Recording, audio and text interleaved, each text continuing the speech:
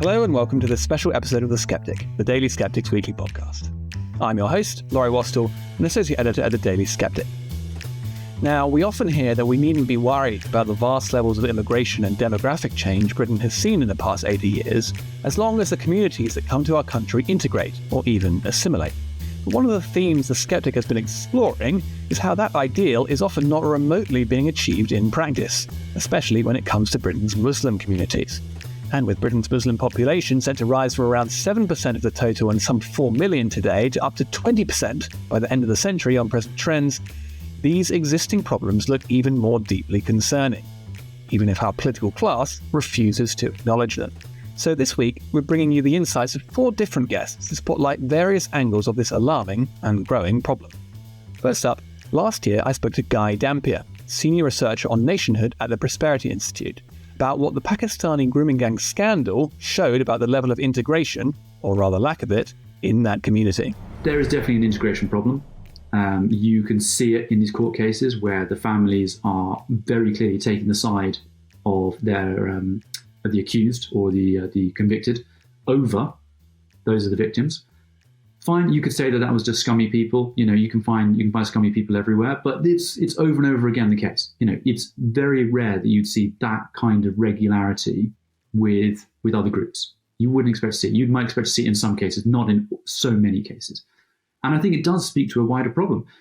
If you go to these areas, if you talk to people, they will say that there was or is a widespread feeling that white girls are sexually easy, that they're available, that maybe they're to practice on before marriage, or maybe they are a relief from marriage. And I think that does relate to the community. When you've got cousin marriage, everything is kinship based. So you might not have a choice in who you get to marry. Your wife might have had 4 kids. She's doing a lot of stuff. You want an outlet. Well, you don't have an outlet within the community, because if you do that, you're stepping on someone else's toes. You're stepping on someone else in the kinship group's toes. Fine. So you go outside the community. And in this case, what that meant was going after vulnerable children and abusing them. So I think it does have its roots in those. And I think you can see the examples in the way that the families refuse to repudiate them, but also, more widespread. In prison, it's not uncommon for white paedophiles to be attacked. I'm not saying it should happen, but again, I've never heard of a Pakistani paedophile being attacked by Pakistanis in prison. So they clearly don't feel the same way about it, or they don't have the same strong reaction that we might have. And I think there's also a wider issue within the debate and the discussion. You'll see a lot of Pakistani or a lot of Muslim or a lot of sort of commentators on the left who will sort of run with, of course we think the abuse is bad, but, and it's what comes after the but that matters. What they generally end up saying is the abuse was bad, but actually it wasn't really our fault. There's more whites that abuse than Pakistanis. You can find hideous cases involving white people, therefore. So all they're really doing is they're just trying to project away. No, it is very clear in these cases that we are talking about small minority communities committing enormous amounts of rape. And that is unprecedented. That is unlike anything else. You'll find white pedophiles. Yeah, sure, totally agree. You absolutely will, and we should come down on them. Has anyone found an example of a white pedophile gang who are largely comprised of friends and family, people on the same network, who are going out and they're abusing girls from another community, very deliberately, picking on them? They are racializing it. They are being sadistic. Do you find that in Britain? Not really. I've never seen a case that, like a lot of people in my replies sort of attacking me. I've never seen anyone bring up a case where you've got white pedophiles who've done that to Asian girls in the UK. And there's a lot more white people. So you'd expect, if the offending patterns were the same across all groups, you'd have had more of those than you would the reverse. And it's just not true. So I think, unfortunately, there is a problem within the community. It doesn't mean, obviously, that everyone, doesn't mean that the majority of people are implicated in this. Many people will just be living lives in the way that they are used to living them back home. They won't see themselves as necessarily being involved in this in any way, shape or form. But unfortunately, some of the social dynamics do end up facilitating or supporting this kind of abuse and making it very hard to deal with. But it's not just grooming gangs that this communalism is leading to. It's also electoral corruption. Ground zero for this grim phenomenon is the London Borough of Tower Hamlets, which is under the total political control of its sectarian Bangladeshi-Muslim mayor, Lutfur Rahman, as commentator Daniel Dieppe explains. Yeah, it's fascinating. I think it is the first real example of sectarianism in this country. Essentially, the mayor of Tower Hamlets, a man called Lutfur Rahman, he will stand again in an election in May. Interesting to see what will happen there. But essentially, he runs a party called Aspire. It only stands in Tower Hamlets, and all his councillors are male. All his councillors are Bangladeshi, and all his councillors are Islamic. I think, by the way, that the reason they've been so successful, there's lots of reasons why, but one of them is partly because it's both mono-ethnic and mono-religious, the influence of Islam, and only Bangladeshi. It's not Pakistani and Bangladeshi, interestingly. But he was the Labour mayor of the council from 2008 to 2010, and then they deselected him. And I think that's the critical thing, actually, about sectarianism, is that the Labour Party couldn't hold him as their candidate because it would affect them nationally. In the rest of the country, people say, well, hold on, how can I join or vote for a party that allows what's going on in Tower Hamlets? He then stood as an independent, won as an independent. He stood again under Tower Hamlets' first party. He won. And then there was a court judgment in 2015 that said, actually, that was wrong. And one thing he did, or that occurred during that election, was 101 imams endorsed him, and not in English, by the way. So English speakers, or English only speakers, I should perhaps say, couldn't actually read the material. And so there was undue spiritual influence. There was also tampering. There was also treating. So that's when you give free food to people, which I think was raised in Gorton and Denton recently. Mm-hmm. So anyway, he managed to win without using the mainstream parties on a mayoral basis. So this was a vote for the mayor, and he won on that. And so essentially, and you can very easily trace ward by ward how Bangladeshi, how Islamic the ward is in terms of Muslim population, directly correlates to the Aspire vote. But one final point, if I may. Sure. So the interesting thing is, no one's heard of this case study. No one knows that there's a London borough, a population of 330,000 people. Canary Wharf, for goodness sake, is actually in Tower Hamlets. And no one's heard of it because it's kind of the problem really with immigration like this, is it's confined to a particular area. So people outside East London haven't heard of it. And so that, they're not really affected by this sort of politics. But, extremely worrying that a law from the 19th century to deal with Roman Catholic and Protestant sectarianism in Ireland has been used in East London in the last 15 years. And then subsequently he's been re-elected. And re-elected, yes. Yeah. If someone acts corruptly in ordinary British politics, that's it. Your political career is over. Yes. And he said it didn't happen. He's claimed Islamophobia has dogged his entire career, and he won again. And it's clear that the voters there think very differently about corruption, or at least that specific kind of corruption, than the rest of the country. I mean, I think that's kind of what sectarianism is. Yes, quite. And so let's, in terms of the voting dynamics, it's interesting, isn't it? Because actually, from this, you might expect that actually it's almost the entire borough is Bangladeshi-Muslim, and that's why he's winning. It's not. It's only about 35%, maybe slightly higher, since the 2021 census. Yep. But they have this ability to very effectively turn out all of these votes. And as you say, a lot of the campaigning is not even done in English. I mean, so yes, explicit sectarianism there. But how does that work? Because it's not something that individualist white British communities really understand or are used to. But there's this ability to say, no, this is our candidate, and they gather all the clans and families together and secure an enormous amount of the vote.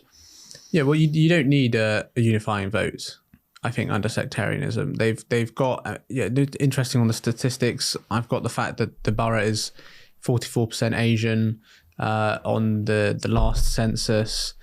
And so, he didn't need to win the voters who weren't Bangladeshi or Muslim Bangladeshi, because he had them in the bag. And so it didn't need to do a wider, usually this is the thing is with national politics, there's a battle of ideas, right? There's wavering voters, and those on the right will essentially put up economic or cultural ideas, and there'll be a bit of a fight ideologically with the opposition. And here, he wasn't even trying to vie, at least pretending to vie for the votes of those who weren't in his particular ethnic category that he was looking for, because he didn't need them.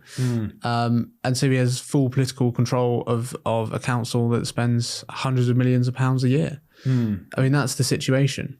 That's how it's different. I mean, in a multi-ethnic society, every election becomes a census, right? So tell us a bit about Aspire then, which is his present vehicle. I mean, as you say, it's not really making any attempt to appeal to non-Bangladeshi voters, but nevertheless, what is its platform, or what's its kind of identity? Well, when I conducted this research, I actually couldn't find a website for Aspire. That has since changed, which I'm pleased to see. So if you look them up, they have a manifesto and all the rest of it, and so but just look at where their votes come from, I think, for understanding where their voter base is from, and also who their councillors are. I mean, I only noticed, certainly the last local elections, they had one female candidate. She didn't win. It wasn't in a winnable ward. So yes, you have, on the one hand, they're able to turn out absolutely every Bangladeshi, and that's all they need.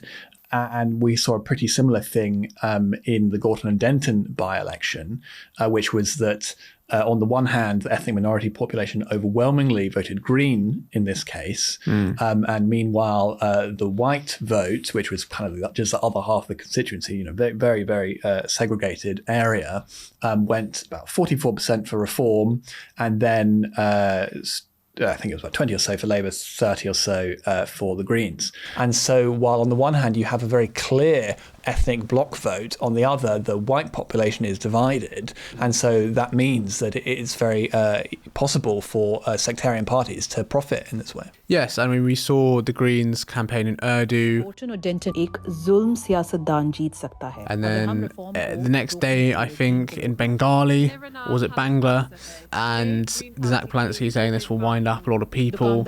And, it's interesting that they've stepped into that arena, because traditionally they've been obviously an environmental party, they've been a very liberal progressive party, and they're trying to keep both of those strands together very successfully at the minute. They've gone up in the polls, but I personally would be interested to see if they manage to keep that up, because this is an entirely new strategy for them. And of course, we saw at the last general election as well, there were 4 or 5 MPs who were elected on an entirely independent basis. Had it just been Jeremy Corbyn, who 4 or 5 years ago was the second most famous politician in the country after Boris Johnson, it would have been surprising, but, well, it is Jeremy Corbyn. But there were 5, and the other 4 were not people anyone had heard of, and they were just standing on issues such as Gaza that the local population was interested in, but not the national population. That is sectarianism. That is very worrying, and I think is concerning for civil society. So when there are areas of the country almost completely given over to tribalism, how does the British state respond? Does it enforce its norms, or accept that these are de facto fiefdoms who operate by their own rules?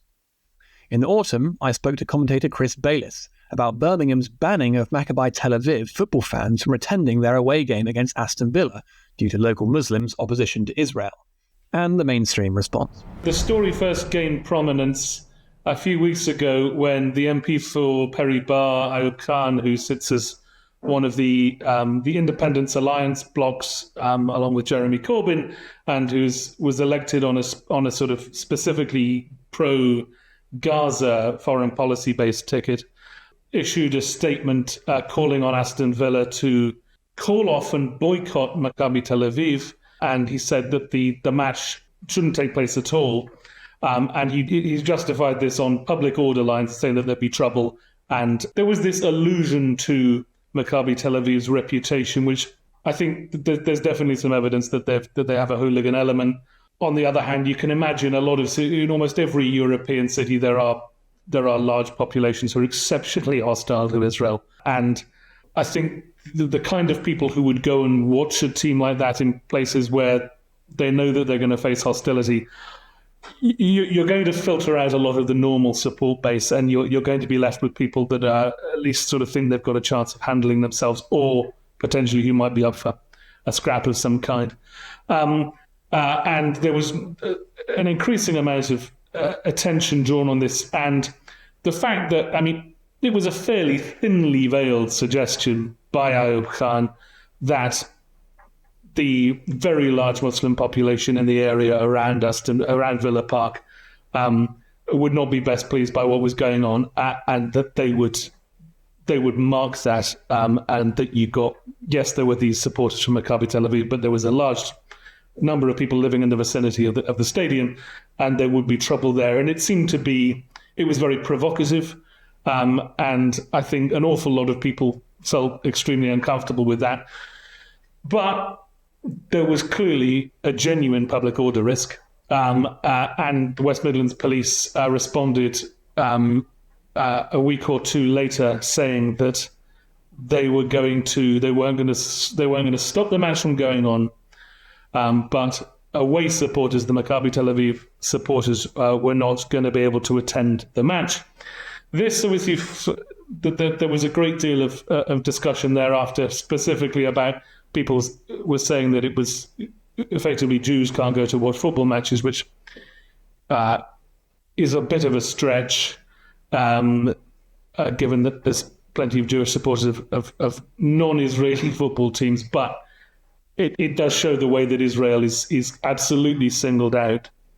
And I think underlying this, there's some resentment, more overt from people on the right and on nationalist wings of politics, but actually I think also you could perceive this resentment from more sort of centrist wings of politics, that people weren't quite happy really with a minority community, an ethnic minority, essentially wielding a veto over who an English football team can play against.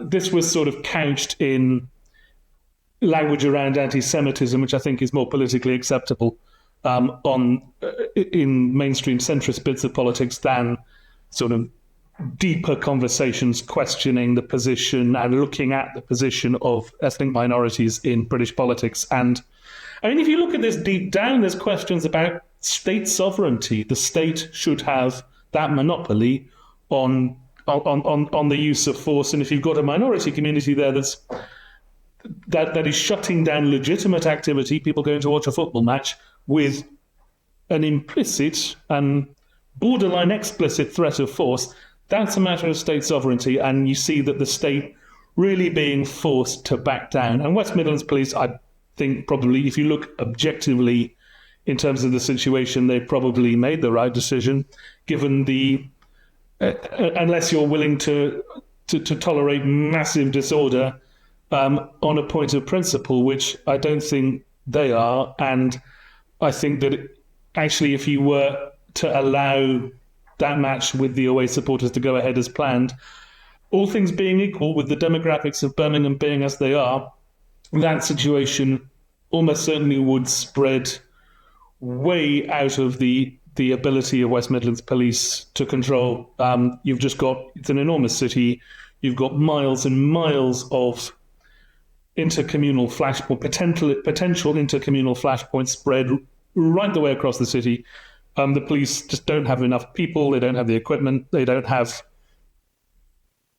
the institutional experience of managing that kind of disorder. In countries where they deal with that type of disorder on that scale, it would be done by a sort of paramilitary, gendarme, militia type organization, not a civilian police force. And I mean, as you say, this does actually seem to be quite a reasonable and objective assessment by West Midlands Police, for instance. I mean, that decision was taken by, I think it's called the Community Safety Advisory Group or something like that in Birmingham, part of the council.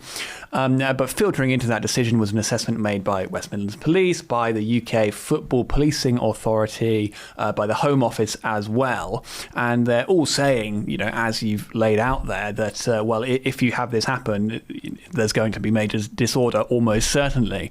But I think it was interesting then that a lot of the anger about this issue that came, even from the centre-right, was not focusing on the obvious fact that all of this is happening simply downstream of demographics and the demographic change that Birmingham has seen. I mean, so the stats are stark. 70%, or more than 70% of residents of Aston Park are Muslim, and Birmingham, meanwhile, has transformed from 99.6% white in 1951 to 42.9% in 2021, which is just so dramatic. I mean, it's extraordinary. But really, that is the issue there. This is why it's happening. And so to put all of your political focus onto the police here seems to be really missing the woods for the trees.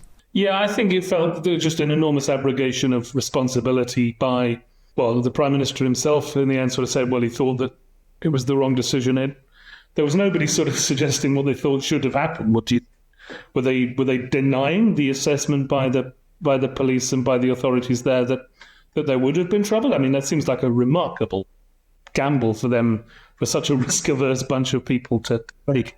Or were they sort of saying that they should have gone ahead with it on a point of principle, consequences be damned? As you say, it just seemed to be a desperate attempt to avoid this issue. And I think in some ways it felt like a continuation of the kind of discourse that we experienced in the weeks and months after October the 7th, where you got this sort of a huge amount of hand-wringing commentary by the Westminster media and commentators and the prestige press sort of say, how did we come to this sort of? I mean, and it was in response to genuinely blood-curdling examples of anti-Semitic rhetoric, but there just seemed to be this. Where has it come from? And I mean, it's quite obvious where it's come from, and it's come from deliberate decisions and. It just seemed to be a complete attempt to ignore reality. I'm sure people would. The horror was genuine, I think, when we all shared that.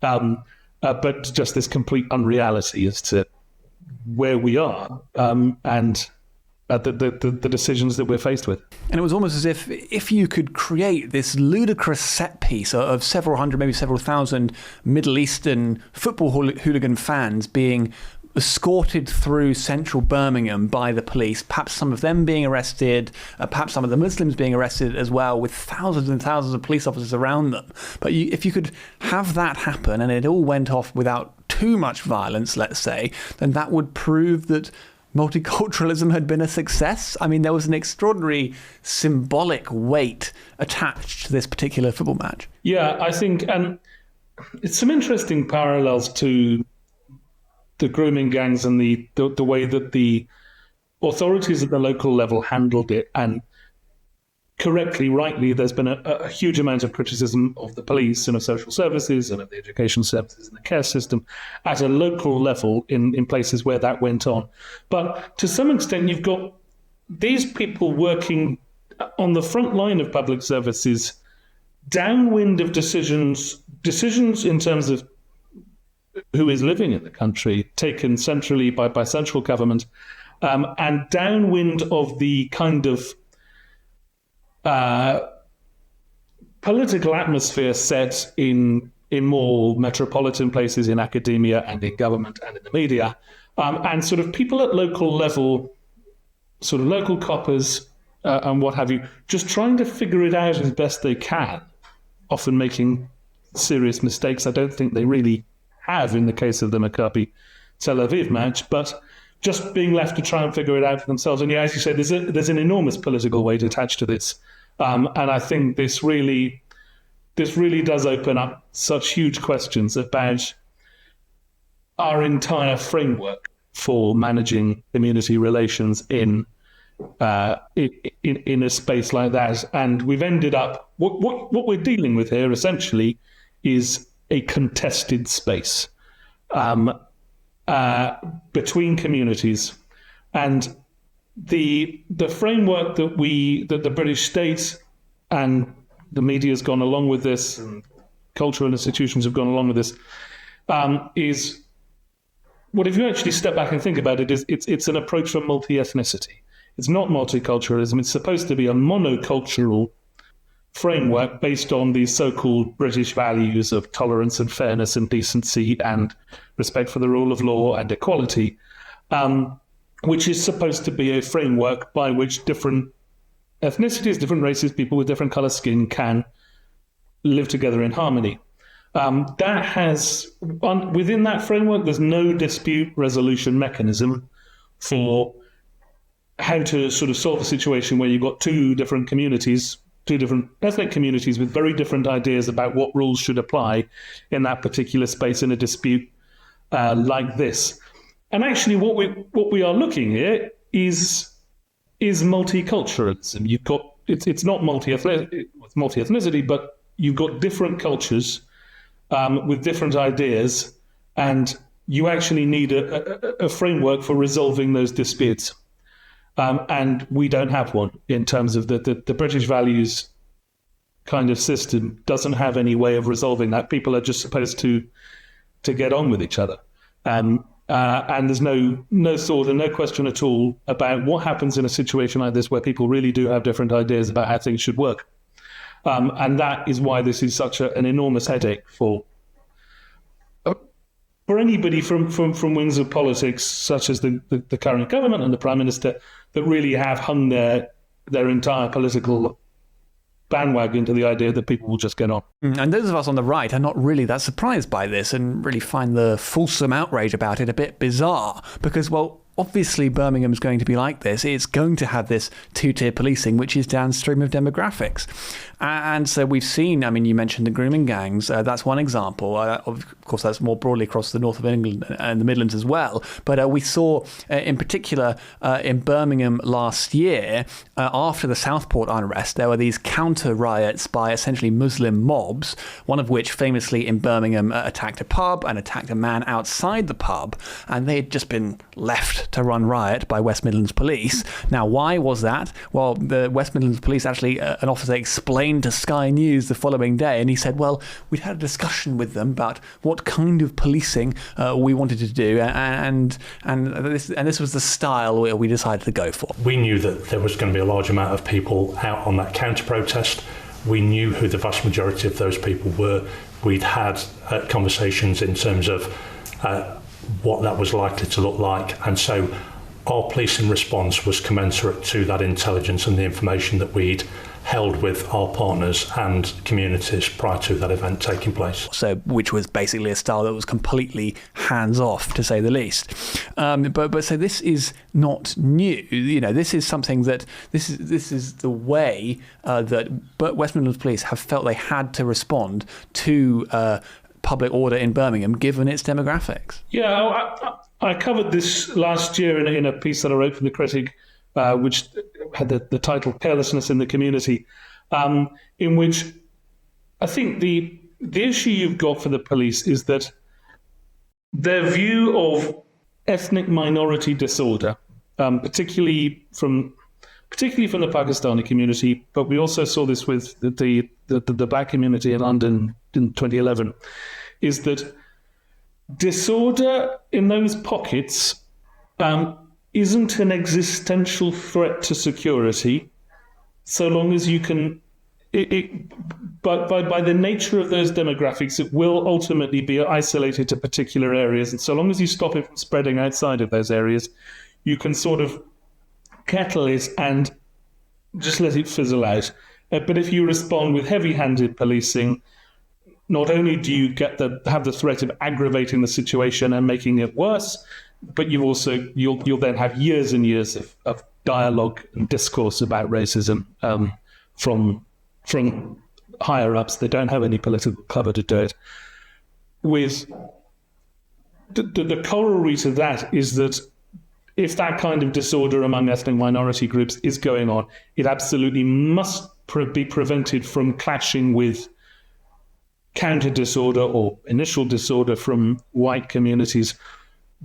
Disorder and grievance of that kind among white communities, they, I think correctly, interpret as being a far more serious and existential threat that could, because the white community is a majority over larger geographical areas, that kind of that kind of unrest could become much more diffuse. It can spread out among much smaller, more spread out population centres, smaller towns, etc. That suddenly becomes far harder for the authorities to police.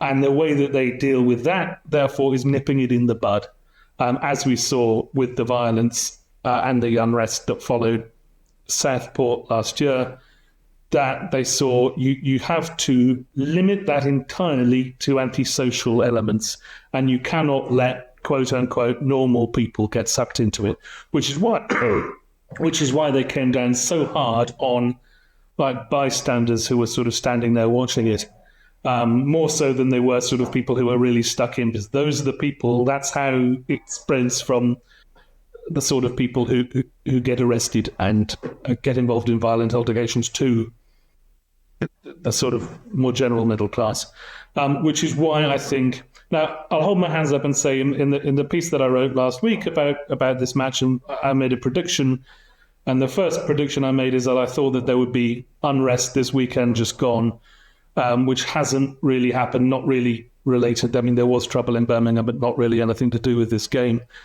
So I got that wrong, but I do think that there'll be trouble on. We can see that there's organisation going on to bring all sorts of crowds into the vicinity of Villa Park on Thursday at the time of the game. I think there will be the largest presence by far. There will be Pakistani Muslims, but there will be pro-Israel elements, and there will be a nationalist element. Interesting to see which side of that Tommy Robinson comes down, and I suspect he'll be there, more likely to be there with the Israeli element. But in either case, I think we can expect to see the police coming down on those smaller counter protesters, especially the nationalist element.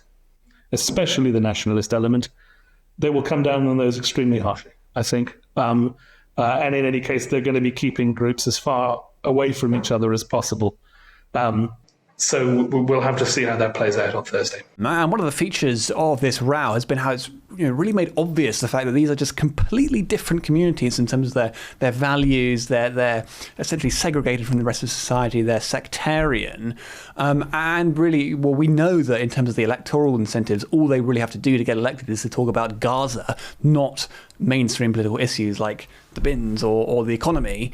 And similarly, they make absolutely no effort to be deferent to mainstream culture, mainstream values, and they sort of don't even feel they need to such an extent that, for instance, when Israelis do get banned, they kind of cheer gleefully in this way that will strike most people in the mainstream as quite nasty, but, well, they just don't care. I've sort of asked the question, possibly a little bit provocatively, about the extent to which the Pakistani community in England's towns and cities perceives its role in broader British or English society. I think it's notable politically, especially sort of since October the 7th and in the run-up to the general election last year, how politically confident and politically assertive the community now seems.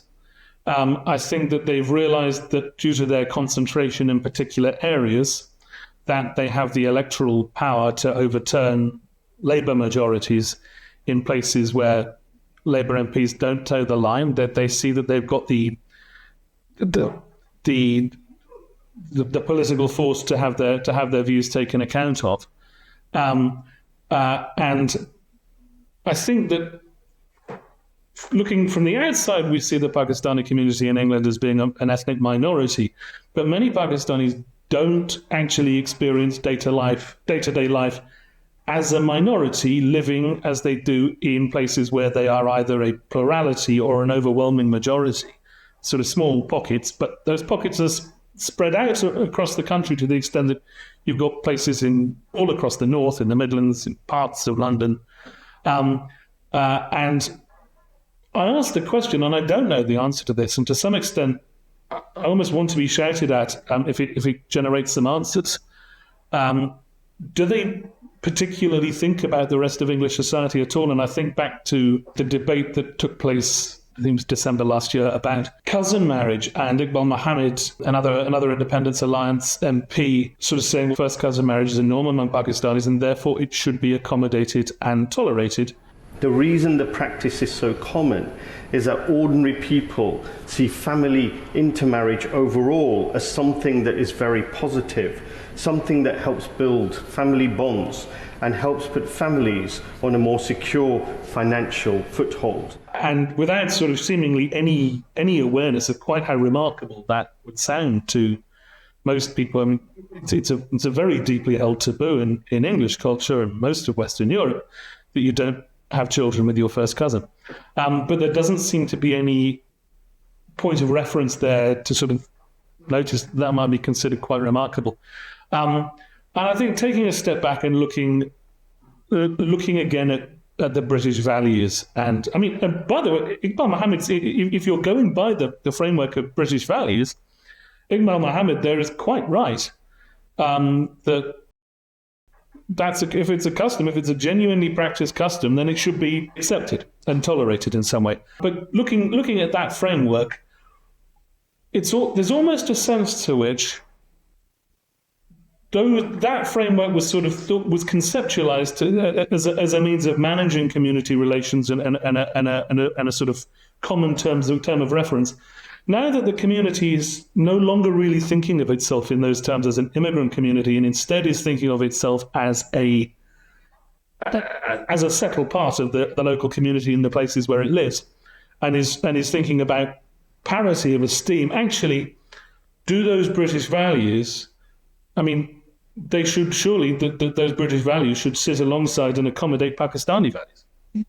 I think that's the way that people, and what was actually envisaged as a means of, as a sort of almost lowest common denominator, we can all get by if we just follow these simple things, is actually now that's being seen as a specifically English thing or British thing, but in that context English, and that needs to move aside and make room for the values of a community that's been there 50, 60 years now.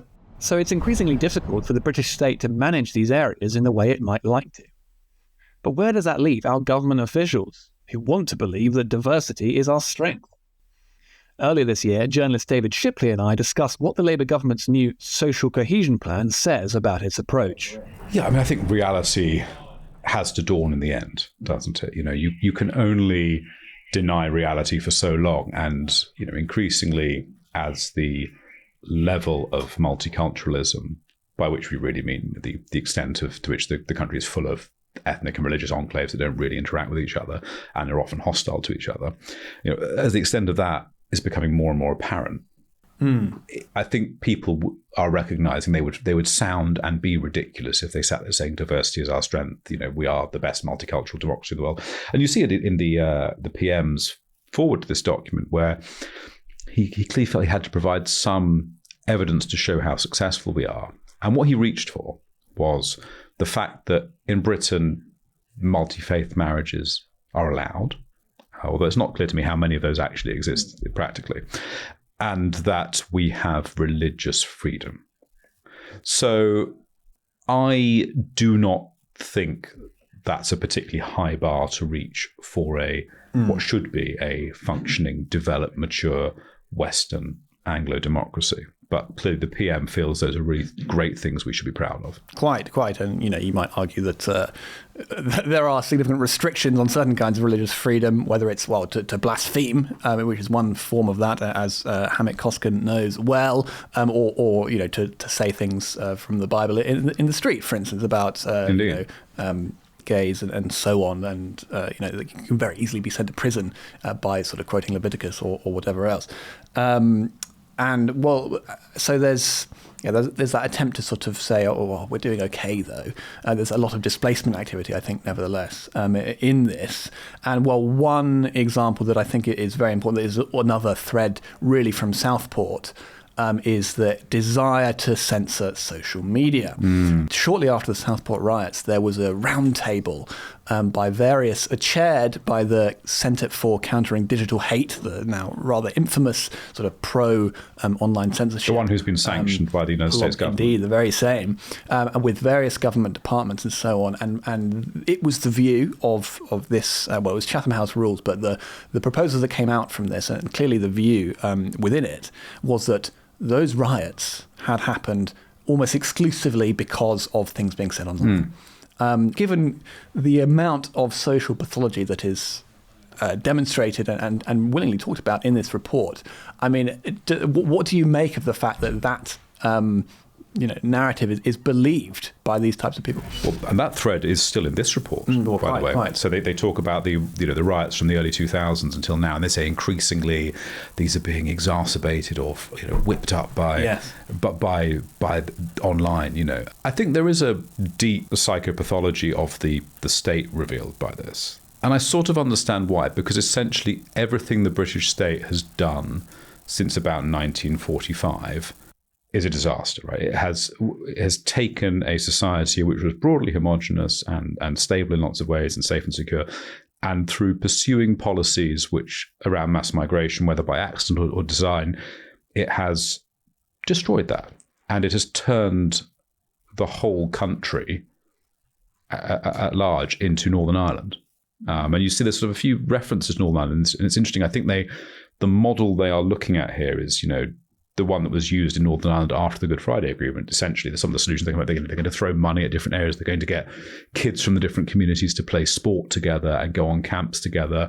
And all of this happened after, in and around the time of the Good Friday Agreement. And after, it's even in Derry Girls, there's these things where they're sending the Protestant kids and the Catholic kids on camps together, because this was part of the British state model of trying to end the fighting. And then they married that with really assertive counter-terrorism policing. So if the reality is indeed that the British state over the last 80 years has turned the whole country into Northern Ireland, then accepting that level of failure must be really difficult. We're talking about people who have to accept that pretty much everything they've ever believed is wrong.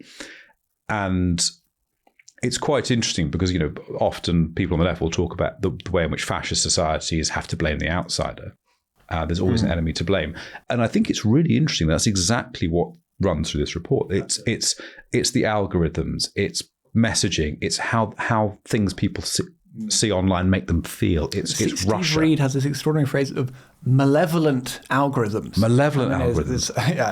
So we're actually giving personhood to algorithms, and somehow these algorithms are, going to do evil. And they will lead people astray. And it's a fundamentally pre-modern religious belief. And in some ways, you could imagine, I think, a tract written in Elizabethan England, the first Elizabethan England, warning of the danger posed by Spanish Jesuits coming over, the Catholics coming over to push their messages which would, corrupt and lead us astray and foment disorder in the land amongst the good, honest Protestant folk of England. And there's that kind of tone here. There's this intense paranoia that somehow people are going to be led to think wrong things. And what the report as a whole doesn't seem to be able to accept is the reason people are increasingly unhappy is that the country is materially poorer. The standard of living is less. Jobs pay less, housing's more expensive, crime is up, and lots of those things are driven by multiculturalism and by mass migration. But I think they just aren't quite yet ready to put their hands up and say this was a disaster. And I think in lots of ways this state, this constitutional settlement, this regime will probably never be able to do. I think it'll have to be replaced by an entirely new elite and an entirely new constitutional settlement, which is able to entirely reject that past. Well, plenty to be thinking about, but what's clear is that one way or another, these issues are going to have to be addressed. And that's it for this special episode of The Sceptic. Thanks for watching, and we'll be back to normal programming next week.